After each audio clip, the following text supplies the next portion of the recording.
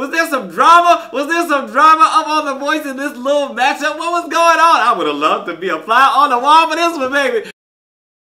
Hey fam, what's up, what's up, what's up? This is Robert Anton here, robertanton.com, coming to you with your no frills, The Voice commentary from a singer, and we are back at it, y'all. We are back at it. It is the battle rounds, some of my favorite part of the show. Let me know if you are enjoying it so far. We got one more night. Well, we got tonight, we got tomorrow night. I'm already finished with tonight. Our mentors are still for TeamAdam, John Legend, for TeamBlake, Luke Bryan, for TeamAlicia, DJ Khaled, and for TeamGwen, Celine, Dion, and no one is holding back. We got some drama!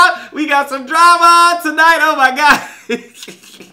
Let me tell you what happened. We started out with TeamBlake and his advisor, Luke Bryan. It was Josh Hoyer versus TSoul. They did In the Midnight Hour by Wilson Pickett. And the first rehearsal, Blake told T to pull out 30% of the runs. You know, he got it easy, just going all up and down. Blake also wanted them to work out the harmony parts. And in final rehearsal, T was given more falsetto and Blake cautioned him to give full voice or it would just sound like a weaker voice against Josh's full voice. So, on stage, in the battle, T kicked it off and Josh came in with a strong gravel. I liked how the harmony locked in for them and T was amping up the crowd. Josh also got a little chance to engage the crowd and he was singing while T tended to close his eyes and was feeling the music. I liked both of their voices. The edge to Josh's voice and the smoothness of T really did complement each other when they got to do their little, you know, harmonies together. Josh was really coming in for the kill while T was like working for it, but he was a little more laid back, a little more relaxed, a little more reserved. Alicia said they brought the energy and life and she felt joy from both of them. Adam called them both natural and Blake chose TSoul because he can already envision his voice on the radio. Then there was TeamAlicia. It was Autumn Turner versus Vanessa Ferguson. They did Killing Me Softly by the original Roberta Flack. On the screen they put Lauryn Hill and I was like, no, don't even try, don't come for it, don't come for it. It's a Roberta Flack song. Anyway, Alicia wanted them to establish their individuality on the song from the Lauryn Hill version because they were supposedly doing the Lauryn Hill version. And the band was playing more the vibe in the final rehearsal of Lauryn Hill. On stage, Autumn kicked it off and her voice was just gorgeous. Then those harmonies were there just interspersed and Vanessa was doing lead. And I was like, okay, it flipped really quick. I like how Vanessa riffed down off of that first part and her little flourishes on the end of her phrases. She also did some hyping up the crowd and their voices are both so clear and beautiful, but I was loving how much spunk Vanessa exuded. I mean, she was all over the stage doing her thing. She was hyping the crowd. She was making the song her own, giving it all, doing the melody, but giving it all little flourishes on the endings. And I was like, wow, she is killing this. Autumn was singing pretty, but Vanessa really was owning the stage and making the song her own. I felt like she won this. Of course, Gwen mentioned Vanessa's outfit and loved Autumn's voice. Adam said they both have very distinct vibe. Blake called the performance as equal as can be and threatened to steal, as did Gwen and Adam. And Alicia chose Vanessa. Then Gwen and Adam chimed in to steal Autumn and Blake threw his vote behind Gwen and Autumn chose Adam. And if you choose me, make sure to thumb up the commentary and let me know that you are here discussing, watching, enjoying the show with me. I thank you so much for watching and I thank you for your thumbs. Next up, we had TeamAdam with his advisor, John Legend. Johnny Hayes versus Julien Martinez. They did Hard to Handle by Otis Redding. They said the Black Crowes version. John Legend told Julien he was thinking too much about enunciation, while Adam told Johnny to be super cautious about the pocket, advising him to pull it way back, so far back that it seems ridiculous. Adam got on the drums in final rehearsal and advised Johnny to pull it back even more, and John also advised Julien to look like he's having more fun. So the band seemed a little loud as Julien started this out on stage and had such a distinct gravelly voice. Johnny actually had a little more clearness going on and was really cutting through the band, and they were staying out of each other's way during solos. Both were working the stage. It sounded good on the song, but I wasn't feeling much connection from either of them until Johnny ran over to hug Julien, just like a little spontaneous something that really just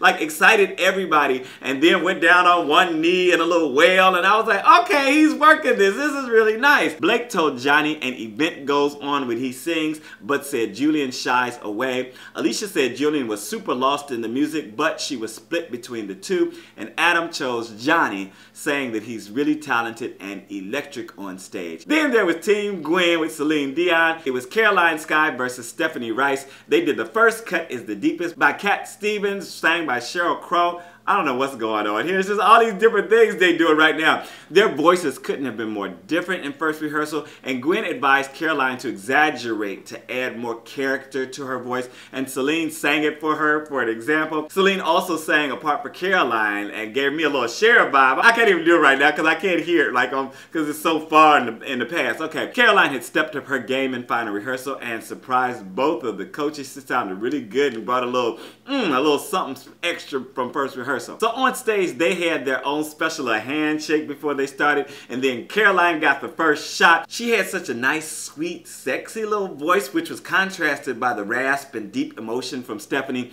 That first big note for Caroline, though, was impressive and impassioned. I was like, oh, okay, go girl. She really went for it several times while Stephanie was trying to work the emotional side of the song, but she also ripped out a few big notes. I liked how Stephanie, when she got into her thing and she bent down a little bit, was pulling it out and like really got down into the notes, and they both put a lot into this performance. The best of the night for me so far. Adam told Stephanie she's really good at connecting with emotions but favored Caroline. Blake said Caroline sometimes sounds like a rock singer and leaned towards Stephanie. Alicia was artistically more interested in Stephanie but vocally preferred Caroline on this song, and Gwen chose Stephanie, mentioning her distinct sound and that she's all heart, also saying she's interested in her storyline. And Blake chimed in to steal Caroline, saying her voice is amazing. Then there was TeamAdam with Kawan, DeBose versus Malik, Davage. They did Love Me Now by John Legend, and John Legend is in there coaching them on the song. John told Malik to take the runs down 10 to 15%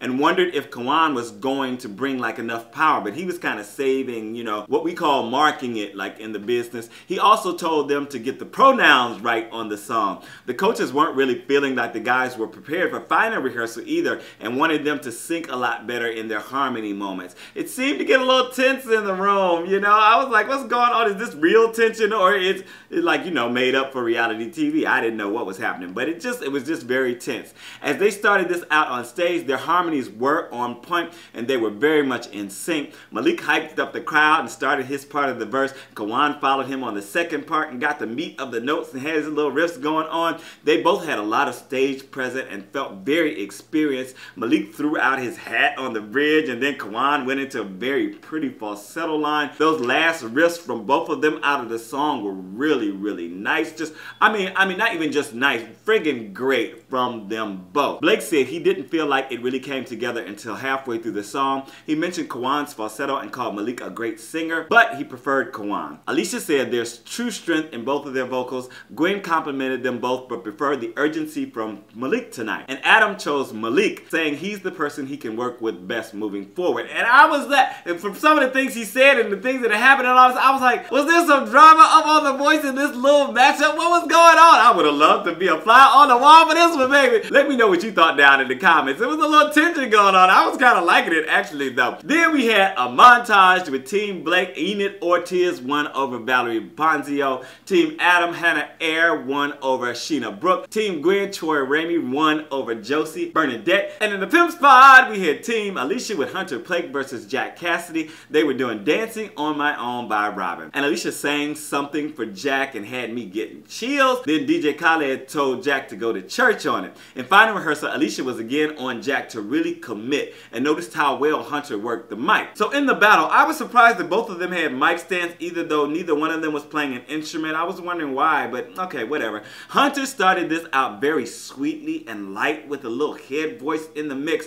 Jack was a little more rounded and grounded and then had a nice blend in their harmonies. They both really got a lot of emotion into this performance, and Blake did something that had me going, and involuntarily too. I was just like, Such a sweet delivery from Blake, and he worked his levels well, doing this and that, coming up and bringing a little this, a little that. They had a nice little fluty battle going on for a few seconds and ended this song out beautifully. Very touching performance, so much emotion from both of them, and it really had a lot of just tenderness to it. Gwen told Jack he has some really beautiful rich spots in his voice and told Hunter he has to make a record because he's so emotional when he sings. Adam said he was completely drawn in from the first note Hunter sang, saying he took it hands down. Blake couldn't decide and advised someone to steal, and Alicia chose Jack to win it. And then Adam and Gwen chimed in to steal Hunter, and Hunter chose Gwen because she pushed her button for him twice. And that's it, y'all. This worked me tonight. It had me going through it. Let me me tell you, what was your favorite battle of the night? Would you do anything differently than the coaches did? I will see you tomorrow night for the final night of the battle rounds, and then we are off into the knockouts. This is just flying by. Is it flying by for you too? Thanks so much for watching. This is Robert Anton. I am out.